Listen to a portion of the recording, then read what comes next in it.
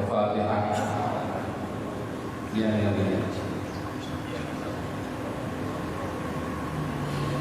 Kalau Ta'ala dan a'udzu billahi minasyaitonir rajim la yamassuhu illa al-mutahharun. Maqala Nabi sallallahu alaihi wasallam ana minallah wal mu'minuna minni.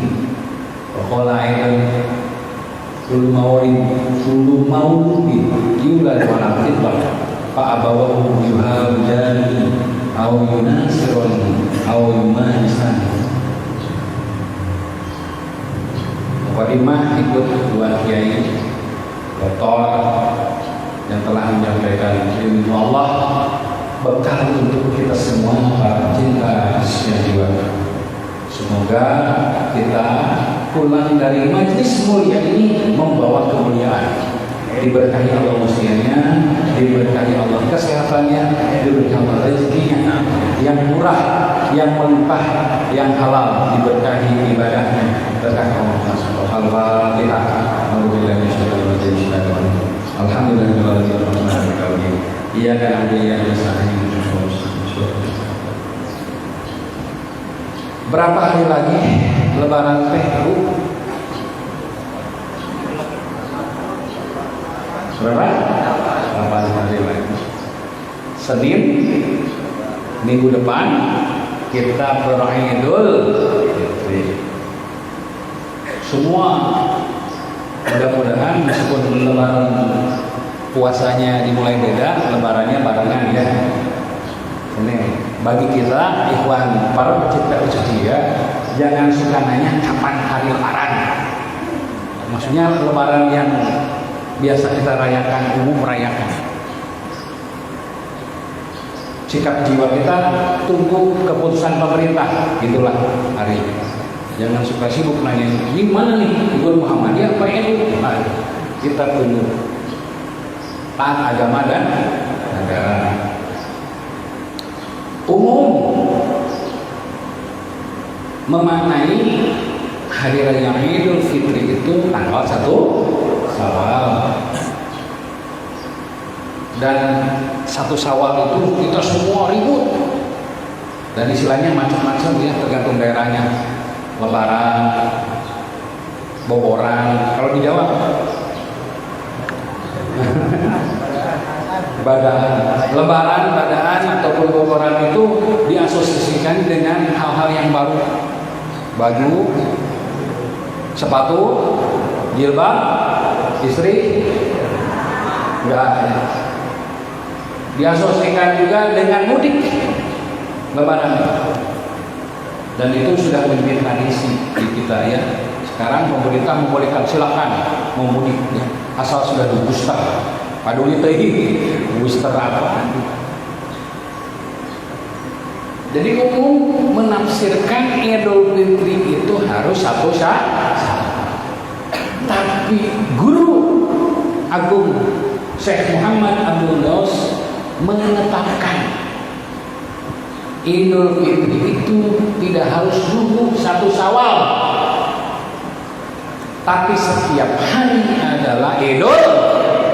Makanya setiap malam Ramadan kita merayakan 9 kemenangan. Salah satunya adalah Idul Fitri dan Minal Aidin wal Fatrah. Kita semua alam asalnya itu aslinya kita itu dari Allah. Tadi ayat yang di sini orang yang umum menafsirkan la yamassuhu illa mutahharun itu adalah ulah jangan megang Quran kalau nggak punya wudu, betul? Ayat itu la yamassuhu, makanya di Quran ditulis semua Quran ada tulisan itu di covernya. Dan semua menafsirkan umumnya lain suhu ilmu itu adalah jangan megang Quran kalau nggak punya wudu atau kalau lagi halangan gitu. Tapi guru Ahlus Sunnah Syekh Muhammad Abdul Ghaus dari gurunya ayat itu tuh berbicara tentang kita, bahwa di sini ngomong tentang yang kita lihat tidak akan bisa menyentuh bersama dengan kecuali yang suci dan disucikan. Jadi ini ayat tentang kesucian jiwa. Nyait dengan sabda kanjeng Nabi Muhammad SAW. Ana minallah wal mu'min minni. Aku dari yang Maha Suci Allah dan seluruh kaum mukmin dari aku. Jadi Nur Muhammad, kita semua aslinya dari Rohul Kudus, dari Allah yang Maha Suci. Kemudian tiba saatnya brojol ke dunia dalam keadaan suci. Tadi hadisnya, kullu mauludin yuladu ala fitrah. Setiap kita ketika dilahirkan suci, bersih, tidak ada noda, tidak ada kotoran. Nah, Pabau, maka lingkungan yang menodai kita. Itu mah istilah meskipun disebut ada diyahudikan, dinasronikan, dimajusikan oleh abau, oleh lingkungan, bukan oleh orang tuanya, oleh lingkungan sekitar. Kita yang masuk, kita berasal dari muji, ruhnya suci ketika lahir dalam perjalanan setelah akil balik dikotori, dinodai oleh perbuatan-perbuatan yang membuat kita bisa tidak kembali kepada yang Maha Suci. Umum juga memahami pulang kepada yang Maha Suci itu ketika kita habis kontrakan. Kita sering dengar inna lillahi wa inna ilaihi. Biasanya kalau udah di speaker dengar itu adanya apa? Adanya meninggal. Telah berpulang ke rahmat Allah. Kata-kata itulah yang kemudian mempersepsi terbangun pemahaman bahwa kumpulan kepada Allah itu nanti setelah meninggalkan raga ini. Padahal kita mesti meyakini dan itu dijelaskan oleh Tuhan. Kumpulan kepada yang Maha Suci itu tidak nunggu nanti setelah habis kontrak, dari sekarang. Kaitannya dengan mana Idul Fitri, kita sudah punya amalan untuk kembali ke fitrah kepada kesucian jiwa. Dan dua zikir yang telah ditanamkan itu adalah kalimat suci yang akan mensucikan jiwa kita. Sehingga kita setiap hari beridul fitri dengan itu. Dan setiap hari kita mesti merayakan lebaran. Dan kita mesti mudik. Mudik kita tentu saja bukan mudik ke kampung halaman tempat kita lahir, orang tua berasal.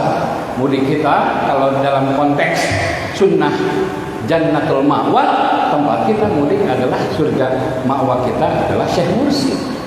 Surga mudik ke Sirah, ke Guru Agung Bersapa.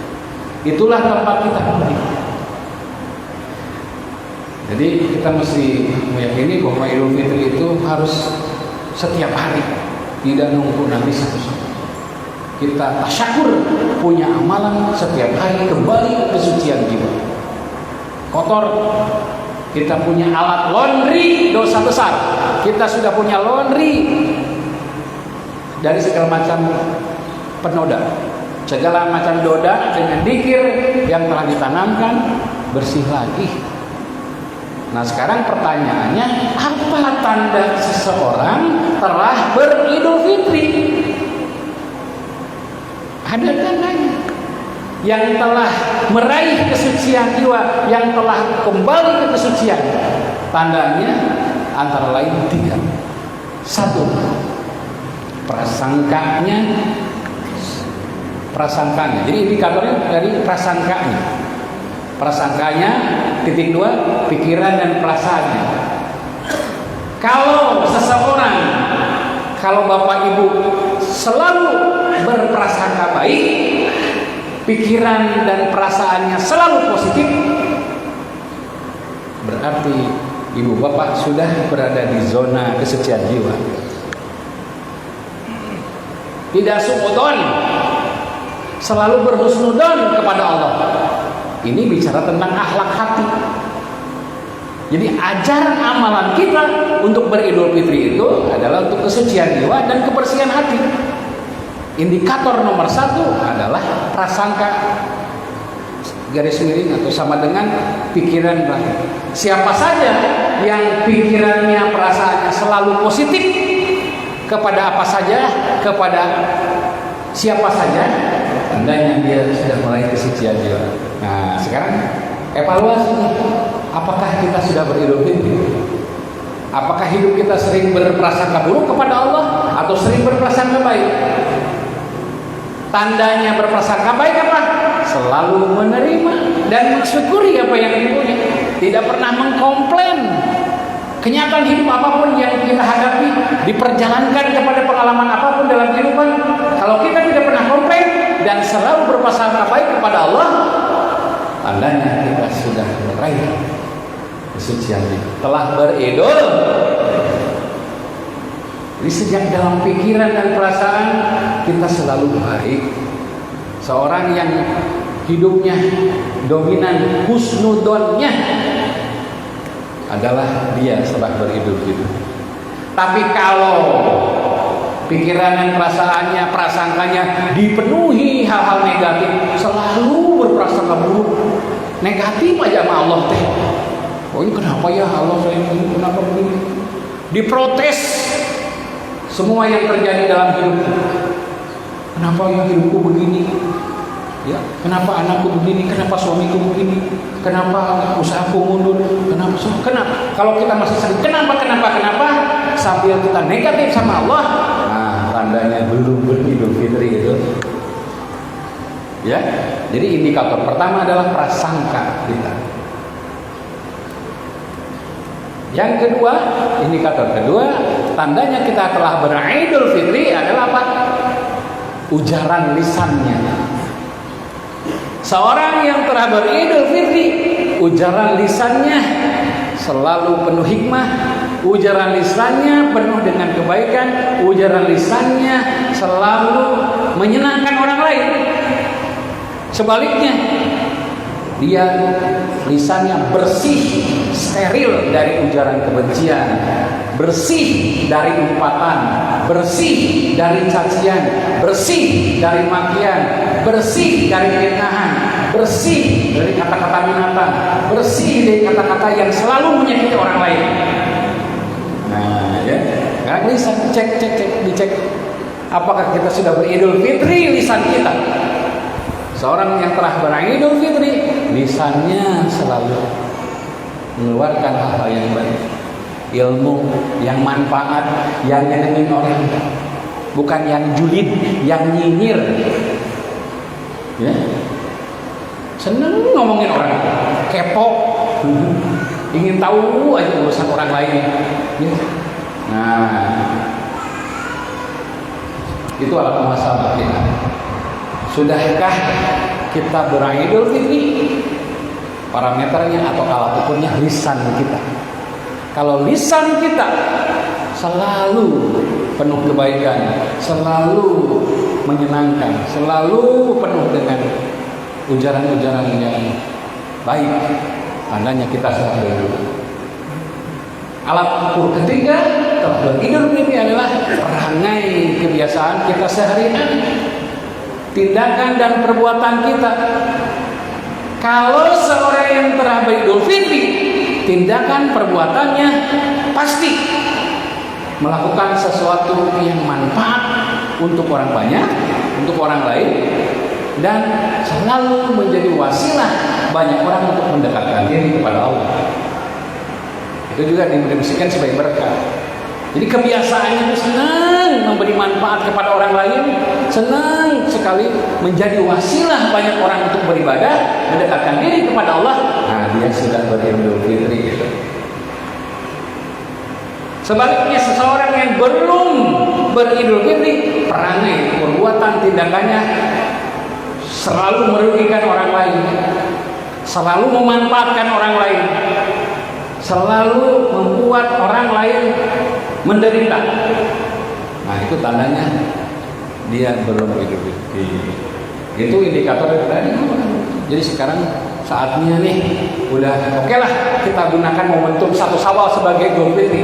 Coba sekarang, sudah hampir berapa hari kita berpuasa, dan sudah berapa lama kita mengamalkan zikir ini. Jangan hanya berfokus kepada semarak ritualnya, zikirnya, manakibah, khotamannya, manakibannya, sholat-sholat sunnahnya, tapi mesti dicek buahnya. Karena buah amaliyah thariqah qadariyah nasabaniyah mansuriyah itu adalah akhlakul karimah.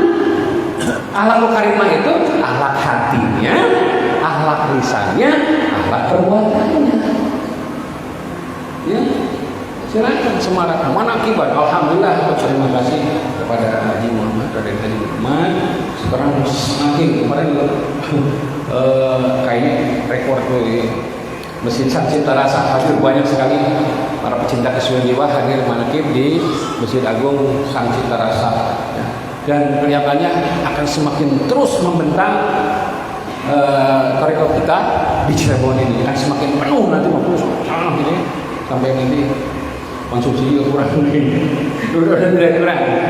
Nah, semangat ini harus diikuti dengan buah. Para ikhwan TKN Sriwijaya, akhlakul karimah tadi kaitannya dengan tadi. Kenapa kita harus pakai putih dan kerudung putih? Biar mudah kelihatan kotornya. Bertorikoh gitu. Biar kelihatan mudah kelihatan kotornya, sehingga dengan itu kita lebih hati-hati melangkah. Jangan sampai kalah kah. Apa kalah kah bahasa Indonesianya? Kalau gue dibikin potaman, manakiban, tapi jangan sampai begitu. Dia coba pas orang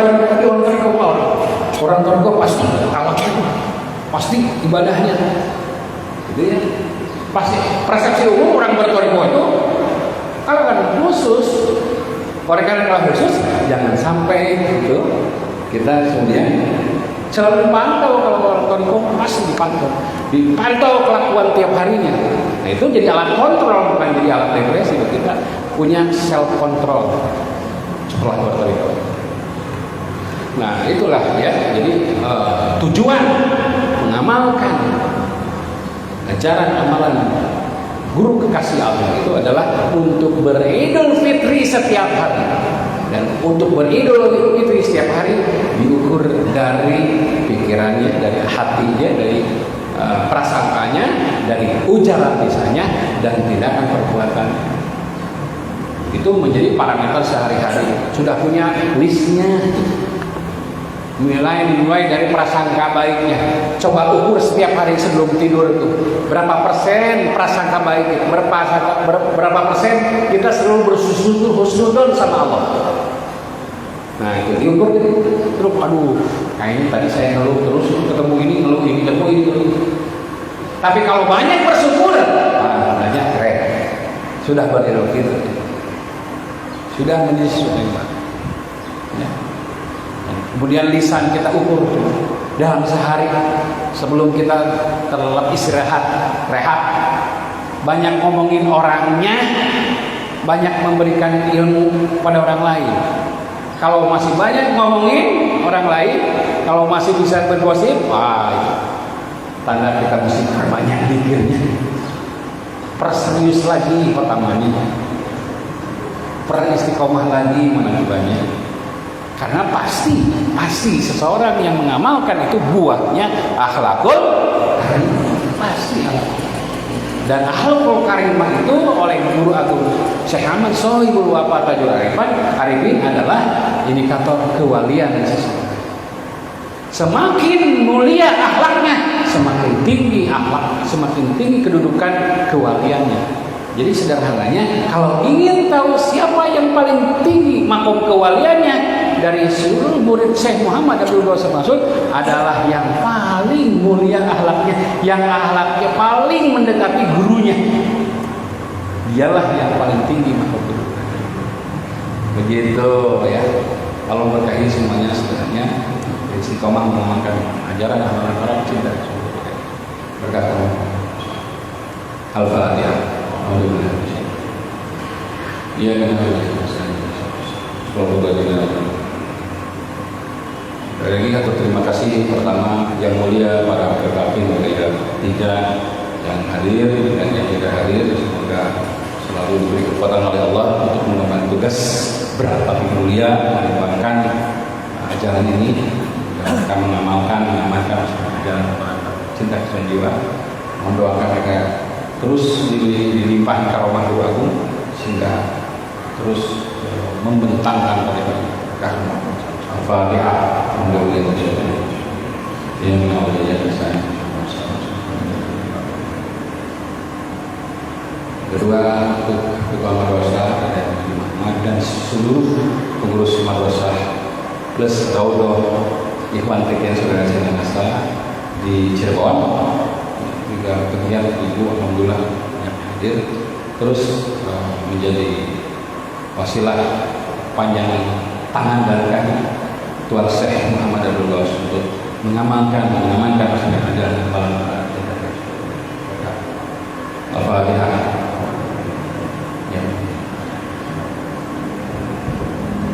Ya. Assalamualaikum warahmatullahi wabarakatuh.